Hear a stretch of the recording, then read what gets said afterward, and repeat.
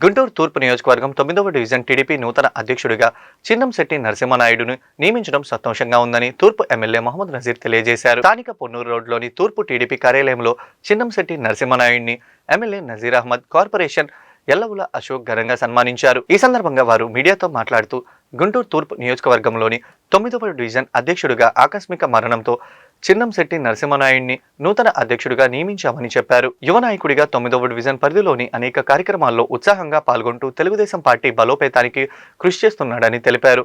ఇలాంటి యువకుడిని 9వ డివిజన్ అధ్యక్షుడిగా ఎన్నుకుంటే తెలుగుదేశం పార్టీ మరింత బలోపేతం అవుతుందని ఆశాభావం వ్యక్తం చేశారు. ఇచ్చిన పదవిని సక్రమంగా నిర్వహించి నీ మీద నమ్మకం పెట్టుకున్న వారి నమ్మకాన్ని వమ్ము చేయకుండా పార్టీని, డివిజన్ అభివృద్ధిని, ముఖ్యంగా భూమిని పోషించాలని కోరారు. నీ మీద నమ్మకం పెట్టుకున్న వారి నమ్మకాన్ని వమ్ము చేయకుండా పార్టీ మరియు డివిజన్ అభివృద్ధిలో ముఖ్య భూమిక పోషించాలని కోరారు. తెలుగుదేశం పార్టీలో కష్టపడిన వారికి మంచి మంచి పదవులు వస్తాయని, అందాక ఎదురు చూడాల్సిన అవసరం ఉందని తెలిపారు. తూర్పు నియోజకవర్గంలోని తెలుగుదేశం పార్టీ అభివృద్ధికి, బలోపేతానికి అందరం కలిసికట్టుగా పనిచేయాలని కోరారు.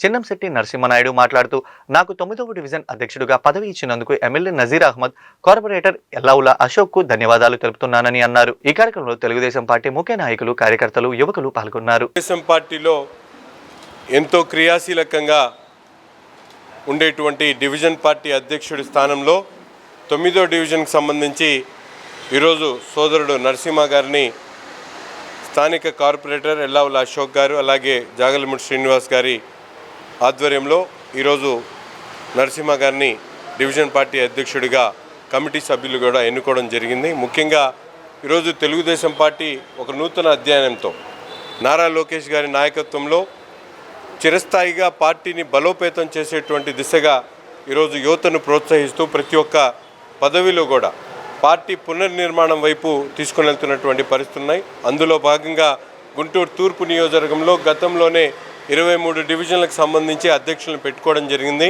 కానీ 9వ డివిజన్ అధ్యక్షుడు గతంలో సాయి గారిని పెట్టడం అనే ఆకస్మికంగా మృతి చెందడంతో ఆ స్థానంలో నరసింహ గారిని ఈరోజు డివిజన్ పార్టీ అధ్యక్షులుగా పెట్టుకోవడం, స్థానిక సంస్థ ఎన్నికల్లో క్రియాశీలకంగా వ్యవహరించి ప్రతి ఒక్క ఓటును కూడా తెలుగుదేశం పార్టీ కూటమి ప్రభుత్వానికి తీసుకొని వచ్చేటువంటి విధంగా ప్రయత్నం చేయాలని చెప్పి ఈ సందర్భంగా కోరుతూ ప్రతి ఒక్క యువకుడికి కూడా ఒక సువర్ణ అవకాశాలని కల్పించేటువంటి దిశగా ఈరోజు తెలుగుదేశం పార్టీ నాయకుడు చంద్రబాబు నాయుడు గారు, నారా లోకేష్ గారు ప్రయత్నిస్తున్నటువంటి పరిస్థితున్నాయి. ఈ అవకాశాలని సద్వినియోగం చేసుకొని యువత దేశ భవిష్యత్తులో ఆంధ్రప్రదేశ్ పునర్నిర్మాణంలో పునరంకితం అవ్వాలని చెప్పి పిలుపునిస్తూ ఉంది. ఈరోజు తూర్పు శాసనసభ్యులు నజీర్ అహ్మద్ గారి ఆధ్వర్యంలో 9వ డివిజన్లో గత 3 నెలల క్రితం అకస్మాత్తుగా వార్డు ప్రెసిడెంట్ కనుబోయిన సాయి చనిపోవడం జరిగింది. చాలా బాధాకర విషయం.